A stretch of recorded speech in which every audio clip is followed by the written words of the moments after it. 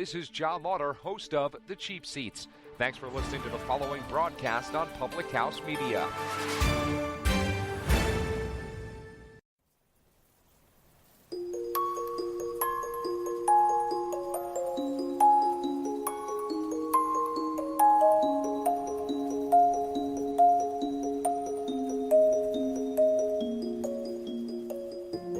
Welcome to the Leadership Revolution podcast. We want to take a moment and say how happy and honoured we are that you have chosen to take time out of your week to join us today. We're excited to have you with us. If this is your first time listening, our vision is to build healthier families and communities through education and leadership, which begins by leading ourselves from the heart. We invite you to be fully present as you listen and judge later, because it's not easy to do both at the same time. So sit back, relax and enjoy.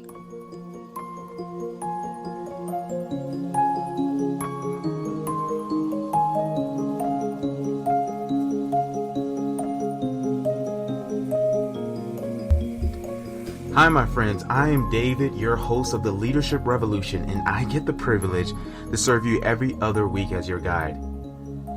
When my family first moved to Colorado Springs, Colorado, we would often hear about Manitou Incline. Manitou Incline, the great hike. And for those of you who do not live in Colorado Springs, and don't know anything about Manitou Incline, it's a 2-mile hike north. And to give you perspective, Colorado Springs is about 6,000 feet above sea level, and this hike is an additional 2,000 feet. So in total, it's about 8,000 feet. So you're really high in the sky. And when we first moved here, I would hear a lot about it. A lot of friends saying, okay, it's a great experience. It's a great experience. And we moved from Florida, so we were at sea level just moving here. We're 6,000 feet above sea level. Now we're about to do this climb. But for me, and the more you know about me, I'm a gladiator, and I have a mentality of a gladiator. So I embrace the challenge, like, hoorah, let's go. That's what I'm talking about. So let me fast forward, right? I finally convinced my family after moving here to do this hike with me. And my family said yes. So Saturday morning, my wife Audrey and I get the boys up, feed them breakfast, and head over to the parking lot to start our journey. As we got to the first step of the hike, everyone looked up, and I was like, we should not have done that. And it was like, oh my gosh, it was crazy. It was like a skyscraper. But we decided, you know what, we're already here. Let's do this. And I told them lovingly, I told my family very lovingly that we ain't come here to look at the hike, but to walk the hike. You know what I'm saying? We ain't come here to look, but to do it, right? I know that wasn't super encouraging, but that was how I encouraged my family at the time. And what I realized that every step we took, we moved further away from where we started. It was tiring, it was exhausting, and it was challenging on so many levels. But isn't life like that a little bit? Tiring, exhausting, and challenging? Today we're going to be talking about the journey to the summit. But before we get into today's show, let's open up in prayer. Dear Dad, I want to thank you for the opportunity to use the gift of speech. Let my words be seeds of inspiration to awaken the places you want your people to live their best life. I don't know who's listening right now and who's going to be listening later, but I pray by the sound of my voice, healing, health, favor, provision, and protection over them. I pray that they would have a receptive heart and an open mind in Jesus' mighty name. Y'all, we are starting a new mini series called The Journey to the Summit. Oh my gosh, I'm so excited. And every journey starts with a step. And the first step of the journey of the summit is moving forward. And Shepherd Revolution is launching our inaugural Global Youth Leadership Summit. Can we say global youth leadership summit, let's go. That's what I'm talking about. And we truly believe that leadership starts in the home. We believe that when leaders get better, families get better, communities get better, schools get better, churches get better, and ultimately our world gets better. So we're hosting our Global Youth Leadership Summit this fall. I'm going to tell you a little bit more about that towards the end of the show, but I want you to continue on this journey to the summit with me. Every summit, every journey, every hike has its ups and downs, has its wins, has its losses, and has its challenges. Dear baby Jesus, 8 ounces, 3 ounces, baby Jesus. It has so many challenges. And what I want to talk about first is, before we set out on this journey, we have to have a vision. And the vision came to me about in 2018. God revealed it to me, and he said in his word, I was reading the Bible and I saw shepherd, and I was like, okay, what does it mean to be a shepherd? And I looked up the definition of shepherd. It means to lead, to guide, to nurture, to protect. And I was like, okay. And it's also a synonym of leadership. And then I started thinking some more. I was just like, how did Jesus lead? Jesus led through love. And if you look at the word revolution, love is spelled backwards, and Jesus led a revolution. And the word revolution means to shift the paradigm. And it was so beautiful. And he put those two words together, shepherd, revolution. And I was like, okay, God, what do you want me to do with this? And more as I continue on this journey with God, he was like, you're going to start a school. Whew, that's a little scary. K through 12 Leadership Academy coming 2021. And I was like, okay, what do we do before it? And he was like, start a youth summit. And that vision has been so encouraging. It's literally what has pulled me through during my darkest days, during moments of discouragement, during moments of doubt. And the thing about vision that we have to understand is that when we see it, others may not see the vision. And as a result of that, we try to convince others of the vision that God gave us, or the vision that we have for our lives, and others don't see it. And just because they don't see it, as a result of that, they start to cast some doubt, ask you more questions like, are you certain that this is something that you really want to do? I don't know. Are you experienced at this? Do you know anybody who's done it? And all of these questions is not questions to facilitate us moving forward to that vision. It's questions to hinder us to move away from that vision, because people want us to do well, but not always better than them. And that's the sad truth. That's the uncomfortable truth. And the reason God gave me this vision, because I truly believe our vision is always attached to our passion and our pain. And the pain in my life that started this journey was growing up in the projects, growing up in poor leadership, and seeing how when hurt leaders haven't dealt with their wounds, they bleed on people who've never cut them. So I truly believe when we experience love, when we experience healing, loving leaders love people, and hurt people hurt people. So that was the upbringing for me, and fear-based leadership all around through school, churches, the entire community. And my why did I start this, right? So God gave me this vision, but why am I really doing it? Outside of the fear-based leadership, it's my mom. I remember back in 2016 where my mom was on her deathbed, and she was crying, and I asked my mom, hey mom, like, why are you crying? And she was like, I didn't do enough. And I was like, Mom, you got 3 black kids who are not in jail, who are not dead, right? And she started laughing.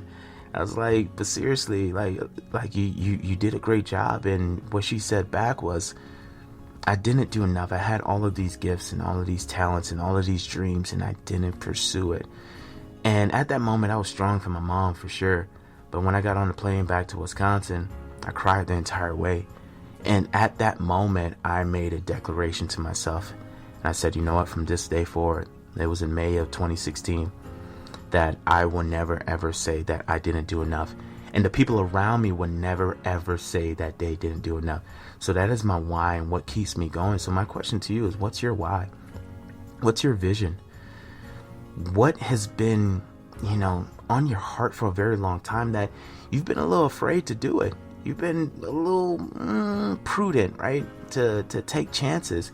And I think with COVID going on and what's going on in our world, I think this is the most opportune time to actually take chances, right? Nothing is certain. Literally, nothing is certain.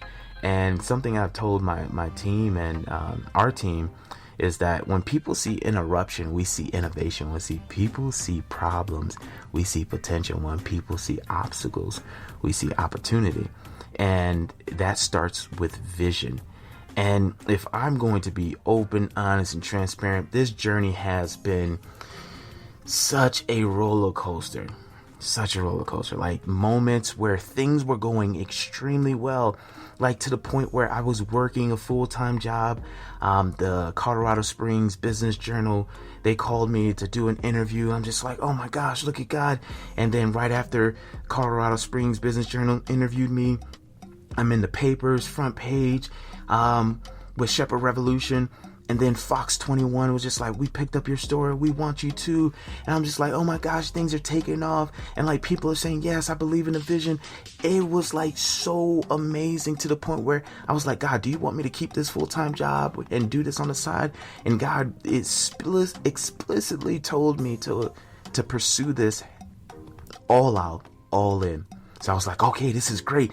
And then I put my 2 weeks in, and we had, a party, and it was great. And I was like, man, I'm pursuing my dreams. Everybody at work was like, oh my gosh, you're pursuing your dreams. This is so amazing. This is inspiring. And then I leave my job, and then COVID-19 happens. Wow. Look at that. I was like, God, you sure you told me to walk away from this? And he kept on reminding me, yes. So things were amazing initially. Like we had a lot of people in our organization. We had a lot of people who said yes. And then as time went on, the value systems were different, and the level of work, right? Because we all want to be at the top. We all want the lights. We want the glamour. We all want the end result, but it's the grind. It's the actual work to get there. And that didn't align with certain people, and as a result of it, they're no longer with us. And I'm grateful for everyone, right? I truly believe that everyone and everything in our lives are teachers, and people are here and things are here in our life to teach us a lesson. And if we have that perspective, then we're never offended. So it was challenging. A lot of people came on, and a lot of people got off. And as a result of that was discouraging, because as a leader and a person with a vision, is just like, okay, so when people leave, is the vision not real?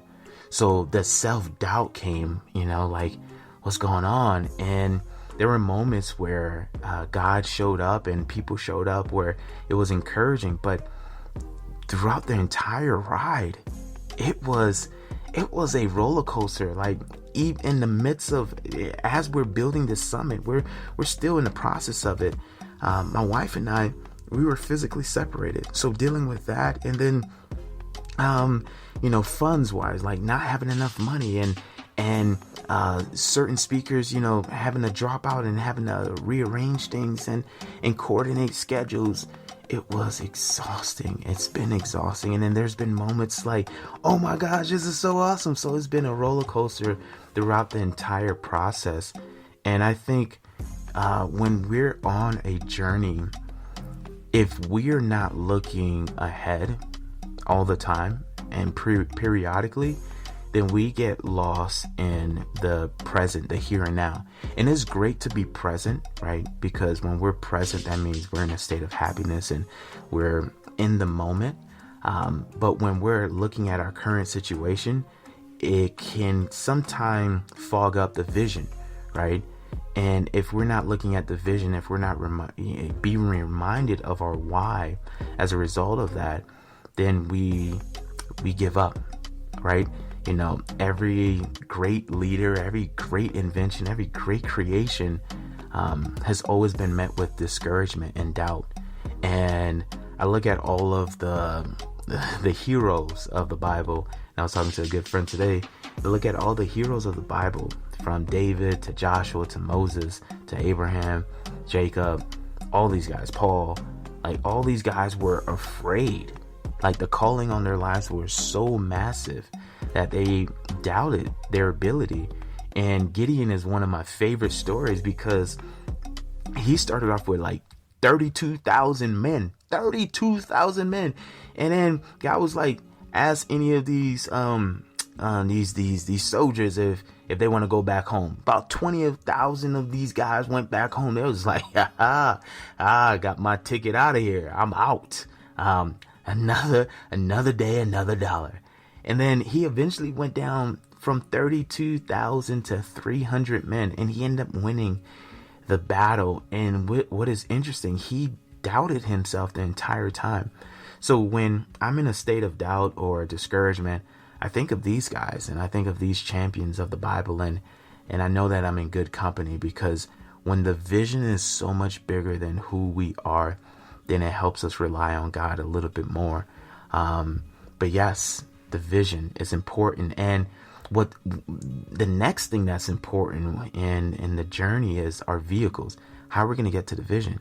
And sometimes as people, sometimes as systems. And building a startup, building a business from the ground up and having literally no experience has truly been the greatest teacher, right? I've been in a lot of leadership positions.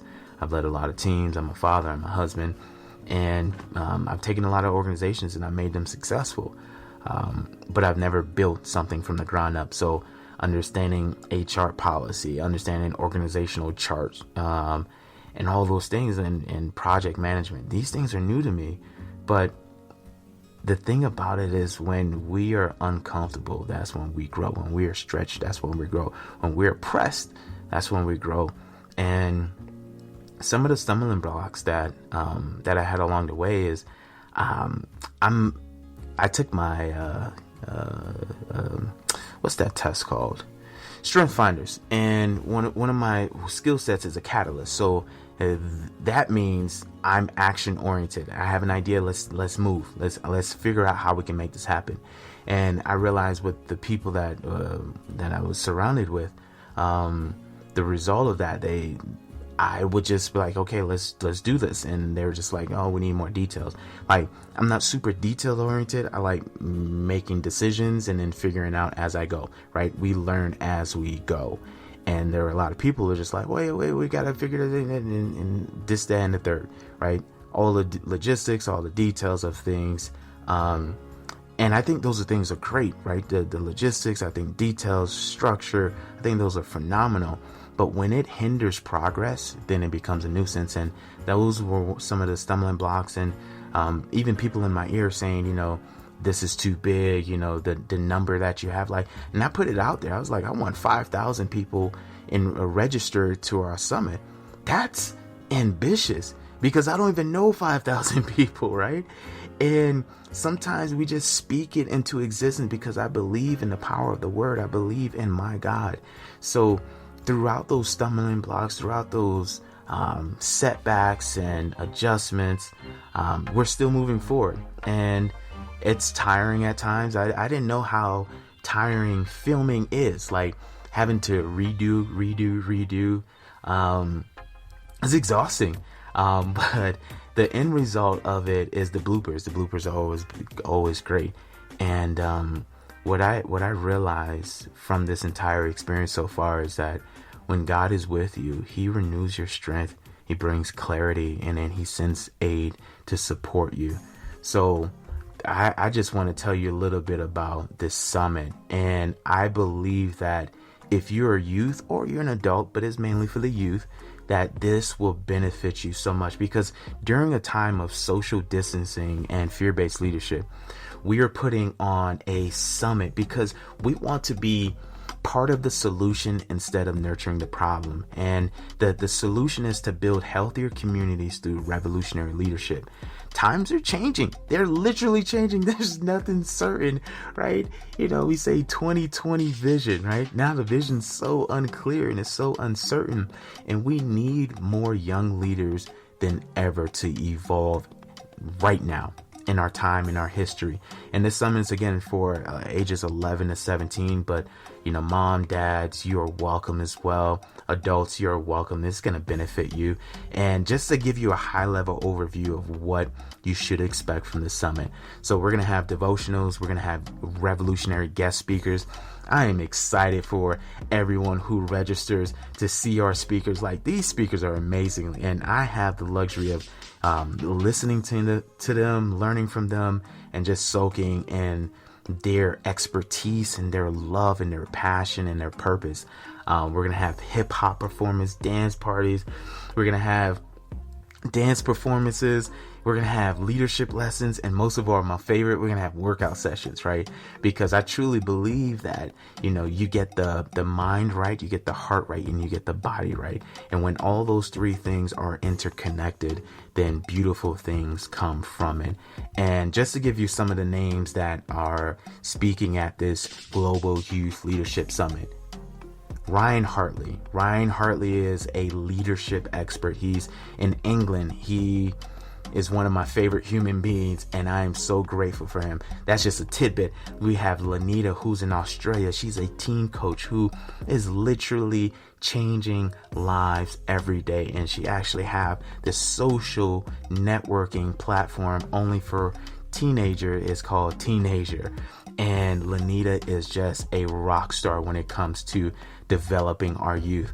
Then we have Baxter Coben, who is a family life pastor in Wisconsin, and he is actually the founder of Public House Media, the network that I'm on right now. Just a stand-up guy all around, and with a heart for making our world a better place through the vehicle of communication. And then we have Joe Adams, the lead pastor at Manna Church in Colorado Springs. This is my pastor. This is my mentor. And the love that he has for God, the love that he has for leadership is just extraordinary. And it's something to exemplify. And I'm extremely grateful for him. Then we have Joshua Green, who is one of our dancers. And I met Josh, and this kid has such a talent and such a gift. I told him, I had goosebumps watching him do his dance routine and recording sessions. He is just a gifted human being inside and out. I appreciate that guy. Then we have Isaiah Genesis. He and I met through this event called Battle of the Bands, and as a result of it, we just clicked. He's a Christian hip hop artist, and he has such a powerful word through his vehicle of music. And then we have Delaney. Delaney is doing one of my favorite songs, You Say by Lauren Daigle. And she's just an amazing human being overall. She does Zumba. She's a dancing instructor, and she is amazing. And if you want more information, definitely go to shepherdrevolution.com. Text me directly at 414-552-9598. Again, 414-552-9598. If you want more information, that number that's my cell phone number. I'm putting it out there. So text me if you want more information, if you want to register your youth, if you just want to register and develop your leadership as well. I think it is important. And what our theme this year is the evolution of leadership, because leadership is constantly evolving, especially in times like this. And leaders are the ones who step up when others step down. Leaders are the ones who take initiative when others step aside. So here's my encouragement for you today. Here's the thing I want to leave you last with. I want to know what journey you're going on. And I want to hear from you, because 2 reasons. I care about you, and I'm curious. And you're like, hold on, partner. How you care about me? You don't even know me, boy. Because God cares for you. So that means I care for you. And the thing about it is, we're all on a journey of life, and we are all family. I just haven't met you yet. So again, text me at 414-552-9598. I want to hear what journey you're going on. And with that being said, let's close out in prayer. Dear Dad, I want to thank you so much for what we got to hear today. Let it penetrate our hearts and our minds. May the Lord bless you and keep you. May he make his face shine upon you. May he be gracious towards you. May he give you strength when you're weak, hope when you're discouraged, faith to believe, and joy that is contagious in Jesus' mighty name. Y'all, thank you so much for joining us today. Come back every other Wednesday for a new episode. Yeah, boy. And I want you to remember something. If we as leaders are to set ourselves apart, we must start by leading through love, which always comes from the heart. Thank you so much for joining us for this episode of the Leadership Revolution podcast. We hope you were blessed. We value feedback from our listeners, so please leave a comment letting us know what you found helpful, challenging, or left you wanting to know more. New Leadership Revolution messages will be released every other Wednesday. Hit subscribe to be sure not to miss out. To stay in the know on our latest news, events and initiatives, follow Shepherd Revolution on Instagram, TikTok and Facebook. Thank you again for coming on this journey with us. We love you, and as you go about the rest of your day, we bless you to lead from your heart.